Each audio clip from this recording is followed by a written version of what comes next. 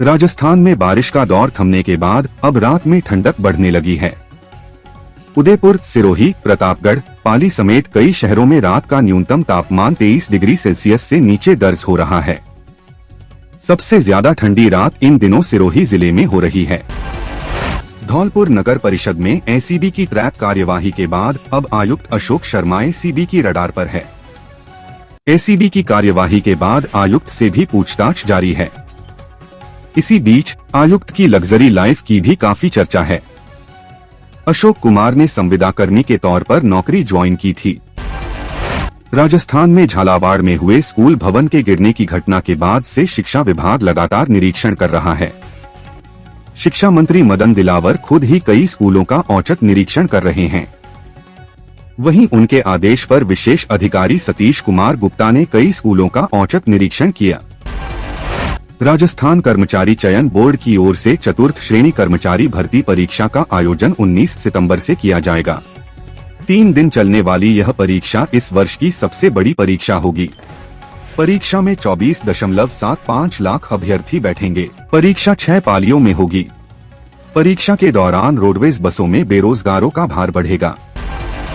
राजस्थान सरकार ने विपक्ष के हंगामे के बाद फिलहाल नए बिजली कनेक्शनों में स्मार्ट मीटर लगाने के आदेश में संशोधन किया है।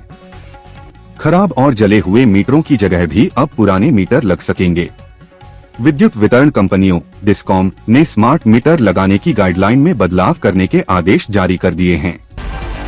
जयपुर में परिवहन विभाग की फ्लाइंग टीम फिर विवादों में आ गई है। ट्रक चालकों से रिश्वत वसूली का वीडियो वायरल होने के बाद गुरुवार को आरटीओ की हेल्पलाइन पर शिकायत मिली। आरटीओ राजेंद्र सिंह शेखावत ने तुरंत एक्शन लिया और 3 गार्ड्स को रेक्सो भेजा। इंस्पेक्टर को ऑफिस अटैच किया। मुख्यमंत्री भजनलाल शर्मा हाल ही में 2 दिवसीय दिल्ली दौरे के दौरान भाजपा के राष्ट्रीय अध्यक्ष जेपी नड्डा, नवनियुक्त उपराष्ट्रपति सीपी राधाकृष्णन, केंद्रीय मंत्री और दिल्ली की मुख्यमंत्री रेखा गुप्ता से मुलाकात की। एशिया कप में भारत और पाकिस्तान के बीच रविवार को मैच खेला जाएगा। इस मैच को लेकर राजनीति तेज हो गई है। विपक्ष द्वारा मैच को लेकर मोदी सरकार पर हमला बोला जा रहा है। इसी बीच शिवसेना यूबीटी प्रमुख उद्धव ठाकरे ने घोषणा की कि उनकी पार्टी रविवार को भारत और पाकिस्तान के बीच होने वाले एशिया कप क्रिकेट मैच के खिलाफ पूरे महाराष्ट्र में विरोध प्रदर्शन करेगी। प्रधानमंत्री नरेंद्र मोदी ने मिजोरम में विपक्षी दलों पर निशाना साधा। उन्होंने कहा कि लंबे समय से हमारे देश में कुछ राजनीतिक दल वोट बैंक की राजनीति करते रहे हैं। उनका ध्यान हमेशा उन जगहों पर रहा जहां ज्यादा वोट और सीटें थीं, लेकिन हमारा दृष्टिकोण बहुत अलग है, जो पहले उपेक्षित थे। प्रधानमंत्री नरेंद्र मोदी आज से पूर्वोत्तर के दौरे पर हैं। पीएम मोदी का ये दौरान कई मायनों में खास है। पूर्वोत्तर में पीएम मोदी कई परियोजनाओं का शिलान्यास और उद्घाटन करेंगे। प्रधानमंत्री मणिपुर पहुंच चुके हैं। मणिपुर में 2 साल पहले हिंसा भड़कने के बाद पहली बार प्रधानमंत्री मोदी का ये दौरा है। प्रधानमंत्री नरेंद्र मोदी ने पूर्वोत्तर दौरे में मिजोरम और मणिपुर को करोड़ों की परियोजनाओं की सौगात दी। मणिपुर पहुंचकर उन्होंने हिंसा पीड़ितों से मुलाकात की, जो 2 साल से अधिक समय से जारी है।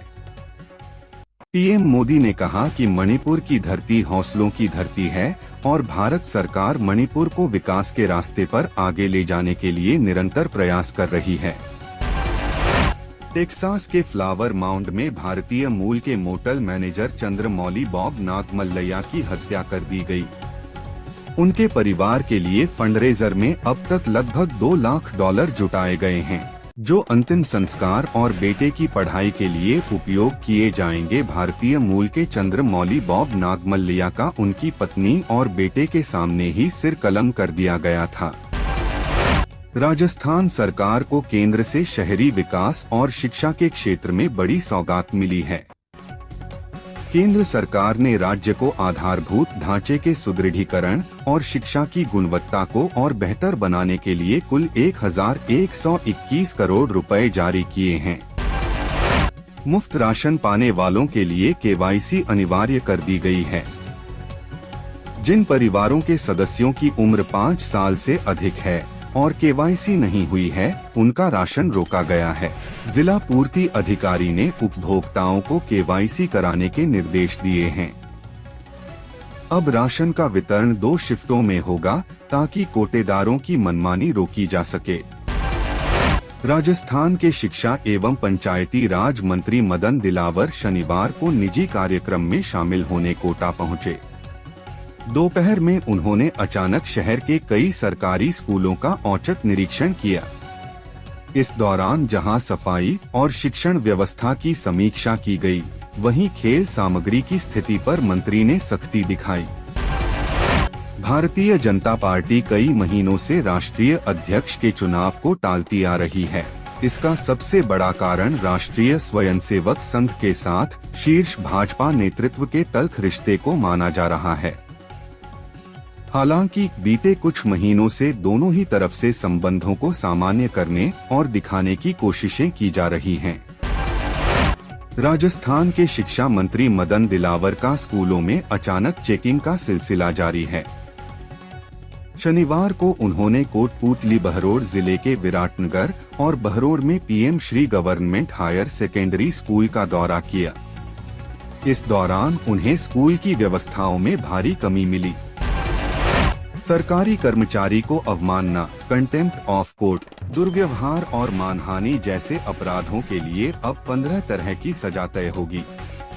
राजस्थान हाई कोर्ट से सलाह के बाद गृह विभाग ने अधिसूचना भी जारी की है। BNS 2023 के तहत सजा के प्रावधान तय किए गए हैं। राजस्थान के चित्तौड़गढ़ जिले में आबकारी विभाग ने एक बड़ी कार्रवाई करते हुए नकली शराब बनाने वाले एक गिरोह का भंडाफोड़ किया है। जिले के पारोली और बोरदा गांव के बीच एक सुनसान पहाड़ी जंगल में छिपाई गई नकली शराब बनाने की सामग्री को जब्त किया गया। राजस्थान के दौसा जिले में शनिवार को मिड डे मील खाने के बाद 100 से ज्यादा बच्चों की तबीयत बिगड़ गई। मामला सामने आने के बाद प्रशासनिक महकमे में हड़कंप मच गया।